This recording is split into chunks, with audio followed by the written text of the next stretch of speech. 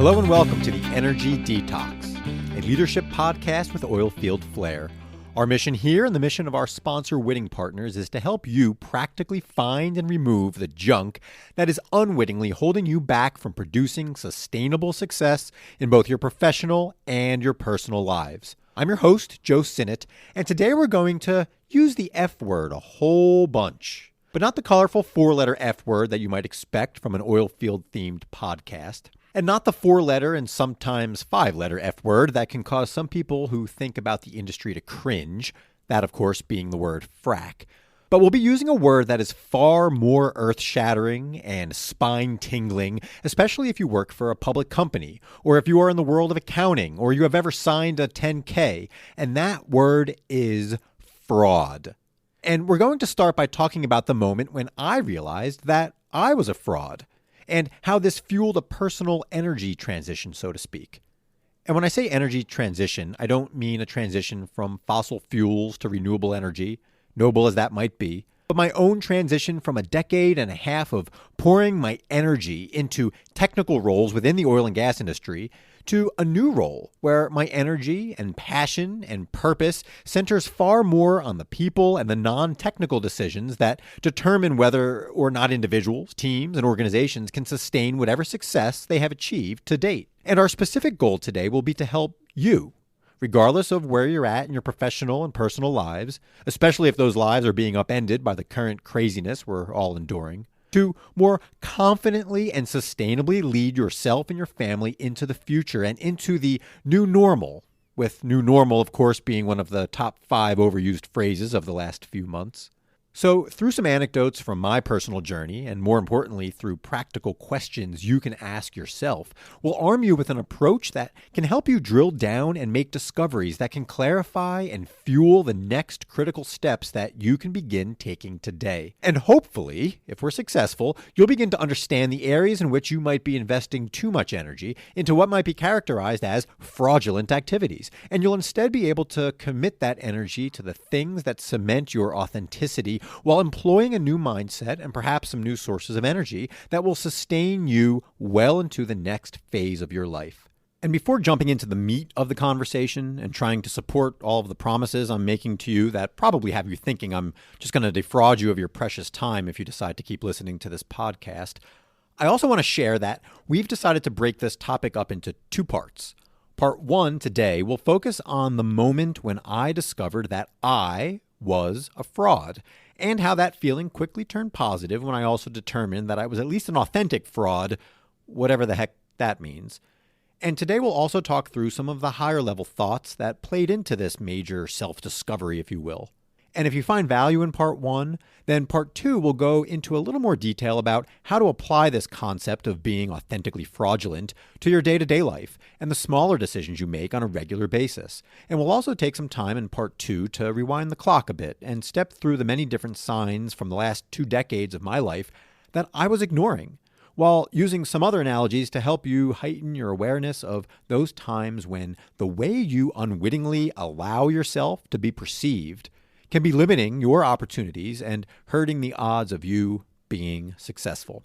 So, with that disclaimer out of the way, let's begin with the moment that I, Joseph Michael Sinnott, determined that I had been living an authentically fraudulent existence. And that moment was a Friday night, last year, July 19th, National Ice Cream Day, in fact. And the night before, my wife and I had taped a giant piece of butcher paper to our bedroom wall, borrowed a box of markers from the kids, and began brainstorming, thinking, mapping out priorities and goals and dreams and random thoughts while attempting to derive a new family mission statement. And on the heels of that exercise, I spent much of the following day, that Friday, with my head spinning and processing tremendous thoughts, all related to what the future might look like for me and my family. Because I knew at the time, and I had known for a few weeks, that the 11 plus years I had spent with my current employer, which had provided me tons of opportunities as it grew into the largest producer of natural gas in the United States, would almost certainly be coming to a close in the coming weeks thanks to a sweeping change of management.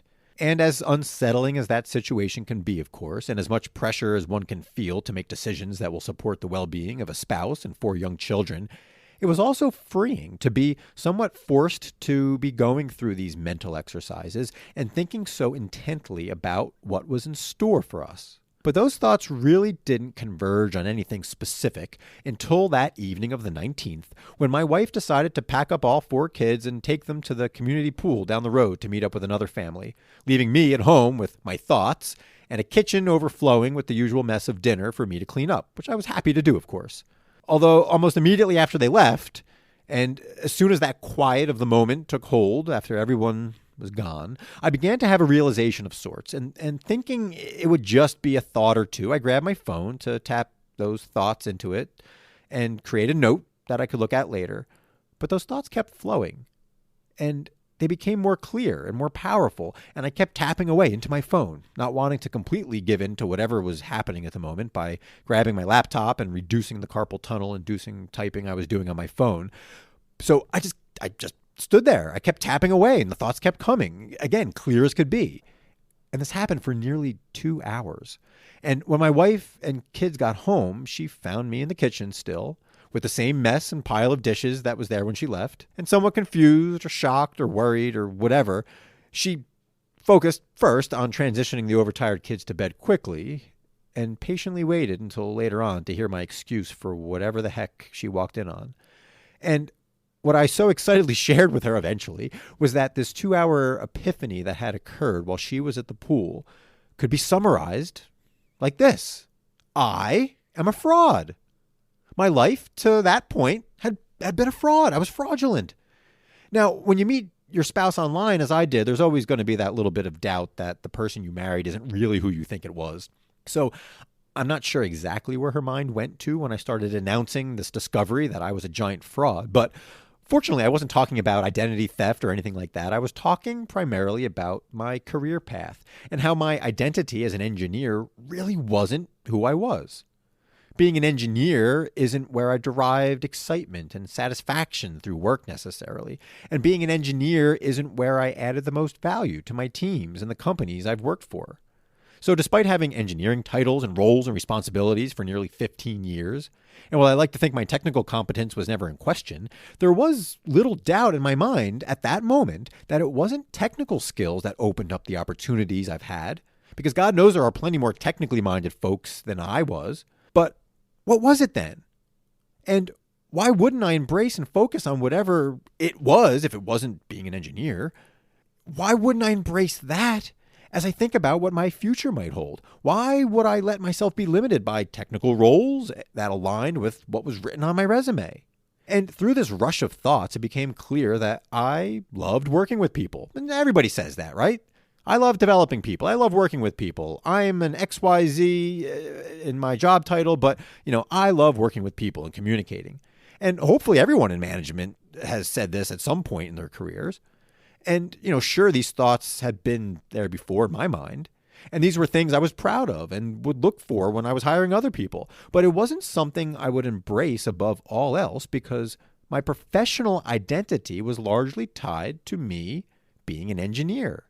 It was tied to the roles and the responsibilities I had. And, everything else, all the people skills, all the soft skills, as important as they might be, were still relegated to non-essential or at least secondary skills. And for many reasons, it was the engineering titles that would always be front and center when you introduce yourself, when you explain what you do for a living. And it was those titles that somehow provided the most legitimacy to my career to that point, or at least so I thought. And even if for a brief moment on occasion over the years, I thought to myself, hey, it'd really be cool to do something different, something completely different. But never in a million years would I actually consider transitioning to something I knew would surely pay less than being an engineer working in the energy industry. It would be silly. It would be a waste of the investment that I had made in my college education or the years of hard work to solidify my technical bona fides, if you will. But clearly those thoughts couldn't have been more limiting and ridiculous, especially with my degree nearly 15 years in the mirror at that point, and especially since the last thing I would ever actually want to be is a real chemical engineer, as my degree says I am.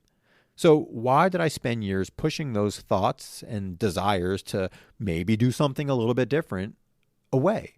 Why did I lock myself into what seemed like a stable career path? Well, I'd argue it was because I was a fraud. And sure, maybe that's a tad harsh, but whatever the reason, the important question was, what could I do at that moment to ensure those limiting thoughts weren't going to continue? That they weren't going to continue limiting my idea of what I could or should do next with my career. Because one thing I needed to fully acknowledge is that time was on my side. And I am fully aware and sympathetic to those who are facing similar thoughts without time on their side. And what do I mean by that? There are people who don't have the luxury of thinking about reemployment 2 months before ultimately losing their job, as I did. And for those with children who are closer to entering college than I was, or for whom retirement is fast approaching. And so to be crystal clear, I was and continue to be so very lucky regarding the timing of this. So I needed to acknowledge these thoughts and I needed to process them and do something with them and not set them aside because of what really became clear to me was a very unique opportunity. But regardless of the timing, the key takeaway that nobody was going to steal from me was that I, Joe Sinnott, had been a fraud. And maybe, just maybe, I didn't have to be a fraud anymore. This was exciting. And my mind started going round and round. And I started feeling like my newly discovered fraudulence touched areas of my life well beyond my professional career. Heck, even my hobbies were fraudulent. It was a few months prior to all of this happening when I was asking my wife what my hobbies were, besides work and spending time with my family. And she was quick to point out 2 of them. And the first was engaging with scammers on the telephone. Yes, this was a hobby that she identified of mine. And we're not talking about me engaging with legitimate telemarketers, but straight up scammers. Because for what was probably a year prior to all this happening, I'd be receiving tons and tons of calls and answering many of them, all of which were scams. There were people, claiming to be from Microsoft who were going to fix the viruses on my computer, or from Apple, and they just needed to access to my password in order to fix whatever problem there was with my account. Or the best, people calling from the generic credit card company who were going to reduce my interest rate, and all I need to do was give them my credit card number so they could just verify some purchases and make sure they can give me the lower rate. And this hobby, so to speak, sad as it might sound to those of you with real hobbies, was based on fraudulent activity. So here we are. Look, it's consistent. I'm engaging in conversations, stringing them along, and ultimately trying to end on a humorous note that often involved them using a different F word other than fraud, as my wife gave me dirty looks for allowing them to, interrupt dinner. But of course, I tell her that this was community service because I was stealing their time and that, this time would have been used to scam more vulnerable people other than myself. And the funny thing is now, fast forwarding to today, when I field those calls on occasion, I've now taken the time to, get them excited and make sure they think I'm one of the gullible victims that they're after. And then I like to turn the call into a simple coaching session and ask them how they might use their talents of perseverance to do something more purposeful with their lives. But either way, there was something about these frauds that was apparently appealing to me because, again, I was clearly one of them. And the other hobby of mine that she pointed out at the time is my following of the Pittsburgh Pirates, who some might also consider to be a group of frauds that I, for some reason, find appealing. Because if you're familiar with the performance of the Pittsburgh Pirates from the last quarter century, you could argue that they have been masquerading as a Major League Baseball team while they, in reality, except for a handful of seasons, have essentially just been a minor league talent fraudulently pretending to be a major league team to bring in TV and merchandise revenue and occasional few dollars from silly fans like me who enjoyed attending games in person. But anyway, 2 hobbies, both fraudulent. So as you can see, and as you can imagine, when I excitedly shared all of this with my wife, she was at least happy to hear that I hadn't completely gone off the rails and updated my LinkedIn headline to announce that I was a fraud. And she so politely and lovingly suggested that maybe I give my brain a rest for the evening and not make any rash decisions like screaming to the world how excited I was to realize how fraudulent my existence was to this point and how somehow this was going to propel me into something new and great and wonderful. But regardless of what immediate action I was to take, it made sense to start thinking through some kind of plan, assuming I was indeed going to be terminated in the near future. And even if a full-fledged plan didn't take root, I at least needed to embrace this revelation somehow. And so into the weekend and then into the following week, my head was still spinning, yet clear and free, but spinning. And I sensed then, as I do now, how valuable it would be for everyone to go through this experience. And ideally to do it before being faced with the prospect of unemployment. Because out of this experience, I obviously didn't just focus on the fraudulent definition of myself and my career, but it obviously forced me to ask what I really enjoyed, what really fueled me, what really defined me. And in looking back, I certainly enjoyed all the technical roles I had. I always put 100% of my energy into them, and I believe that my teams and my employers got their money's worth out of me.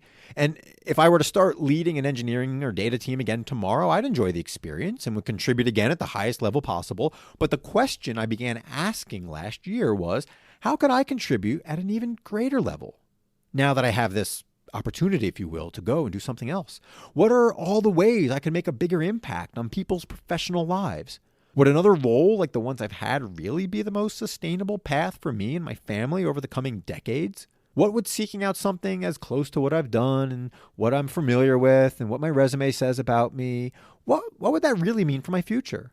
What is truly important to me and my family? And what are the tools I was leveraging at work that I expect to continue to use moving forward?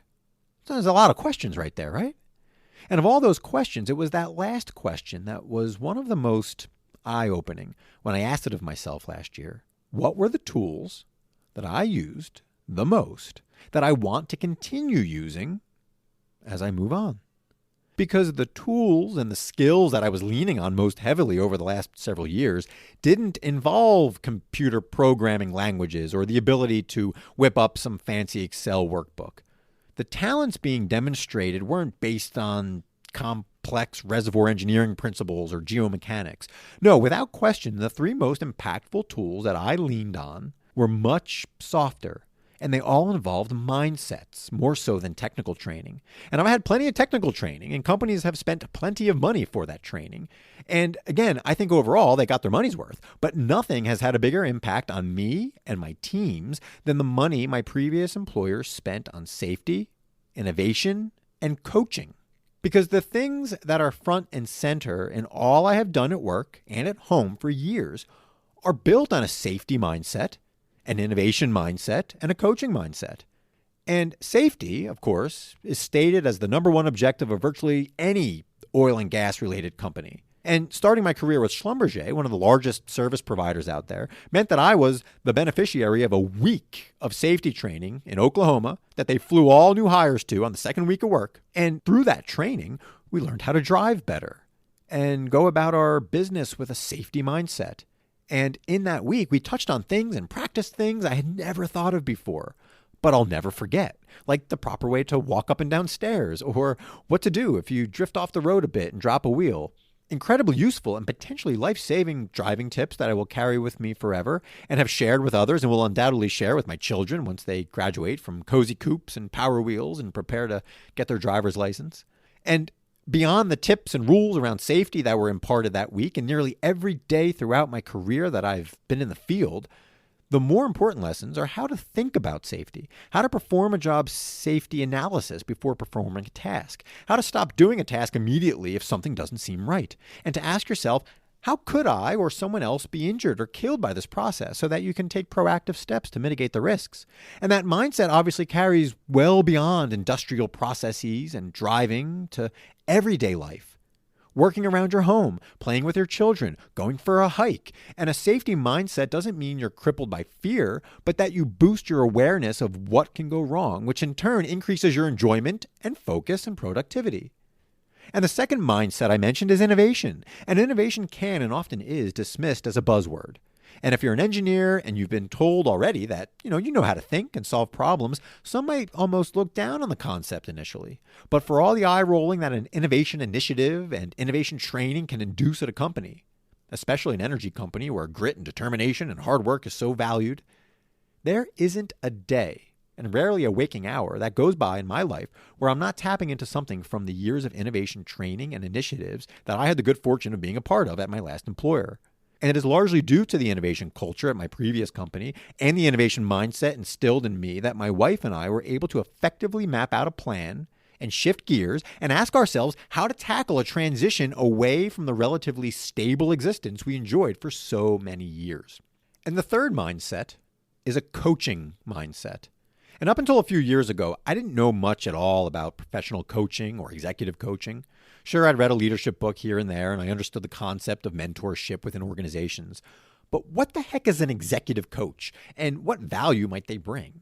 Well, fortunately, that question was answered about 3 years ago when my employer invested in a coach for me. And while I didn't realize it initially, and while at first it seemed like it would just be another agenda item for me to deal with, another meeting to squeeze into busy days when my phone was already constantly buzzing, yet it turned out that the timing was perfect, and I leaned on that coaching to help navigate numerous family and professional challenges in the years that followed. And the insights gained and the mindset shift play a role daily. And I lean on those experiences to help me regardless of the hat I'm wearing at any given time. Because as a husband, I'm a coach. As a manager, I'm a coach. As a father, I'm a coach. As a friend, I'm a coach. And I began to see how coaching helped others too, not just in the workplace, but at home as well. My wife, as she transitioned back to society and some level of sanity after the birth of our twins, well, she invested in some life coaching that was hugely beneficial, not just to her and her mindset and her well-being, but to our entire family. And so dwelling on the impact of coaching and this coaching mindset, if you will, and combining that with innovation and safety led me to see very clearly that all three of those items, coaching, innovation, and safety, probably had as much of an impact on my life than any other investment of time and money besides my college education, whose value is also measured more in the soft skills and mindset and intangible benefits than the technical skills I left there with. And it was as clear as ever that an effective safety, innovation, and coaching approach could impact a company's bottom line, even at times when people would be quick to dismiss an investment in those things as a waste of money and as a drain on their precious G&A budget. And those feelings of skepticism can certainly be heightened during times like these, where margins for oil and gas companies and many other industries are razor thin, if not negative. But just as you in your personal life need to increase your safety awareness and put on your innovation hat and really lean on reliable coaches during the most challenging of times, so too should companies double down on these things when times are tough. And I began to see this all so very clearly back in July, and I began to view all the public examples where leaders clearly could have used someone to challenge them and hold them accountable and ask a few extra questions before making the decisions they did. And I decided at that moment, nearly 10 months ago now, that I wanted to be defined as someone who helps people. I wanted to be defined as a coach, not as a technical expert, not primarily as an engineer, not as a manager. I wanted a label that could be front and center in both my professional and personal life. I wanted a label that I didn't have to qualify by saying, I'm a chemical engineer, but I never actually did any of that chemical engineering stuff. Oh, and I like people too. I wanted a label that reflected my authentic self. I wanted a label that wouldn't have me calling myself a fraud 10 years down the road. And the label I assigned to myself that night was coach.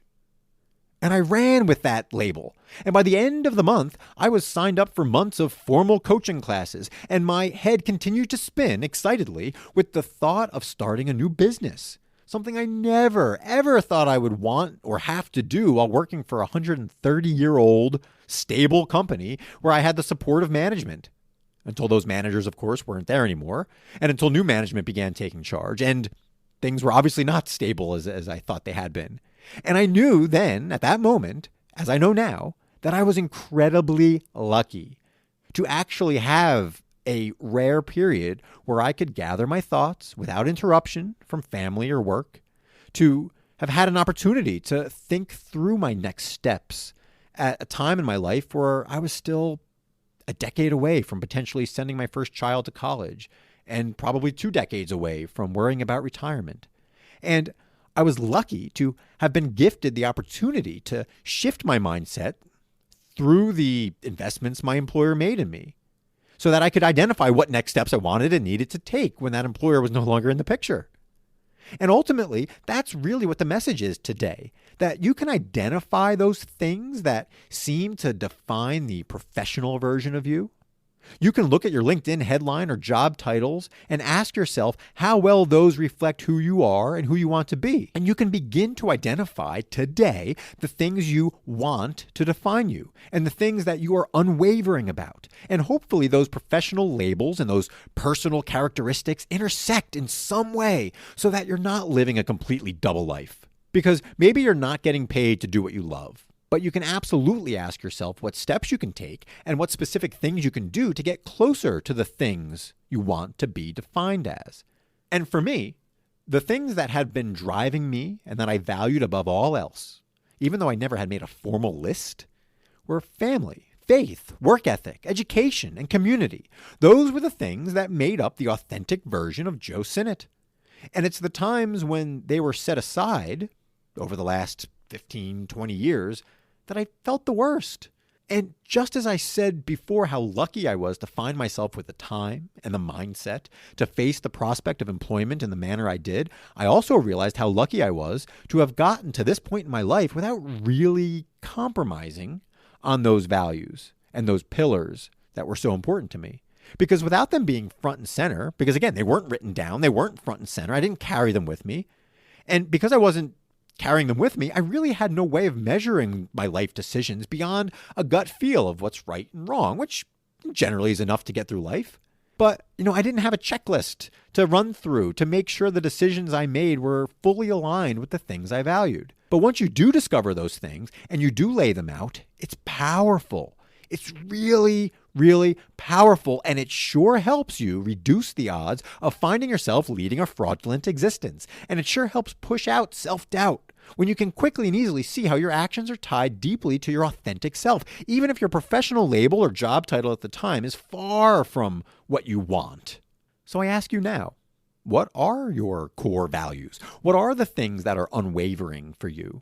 How would things look if you threw those things on a piece of paper and started connecting them to the decisions you make day in and day out? How do your decisions, both big and small, tie to those core values? How can you measure your alignment and progress against those values or those pillars of authenticity, if you will?